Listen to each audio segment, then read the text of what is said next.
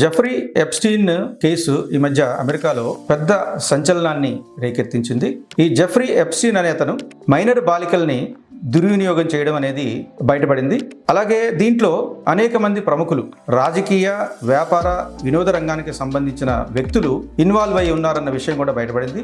ఈ ఎప్స్టీన్ అనే అతను 2019లో జైల్లో మరణించడం జరిగింది. దాన్ని ఆత్మహత్యగా అధికారికంగా ప్రకటించడం మీద అనేక ప్రశ్నలు లేవనెత్తడం కూడా జరిగింది. న్యాయ వ్యవస్థ ఆదేశాల మేరకు అనేక సీక్రెట్ ఫైల్స్ బయటికి రావడం జరిగింది. దీంట్లో బాధితుల యొక్క వివరాలు, అంటే వాళ్ళు ఇచ్చిన వాంగ్మూలాలు, వాళ్ళ ఈమెయిల్స్, అలాగే వాళ్ళ ప్రయాణ వివరాలన్నీ కూడా బహిర్గతం చేయడం జరిగింది.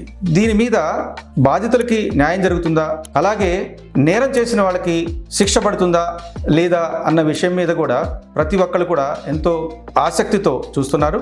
చివరికి ఏం జరుగుతుంది అన్నది చివరి వరకు వేచి చూడాల్సిందే.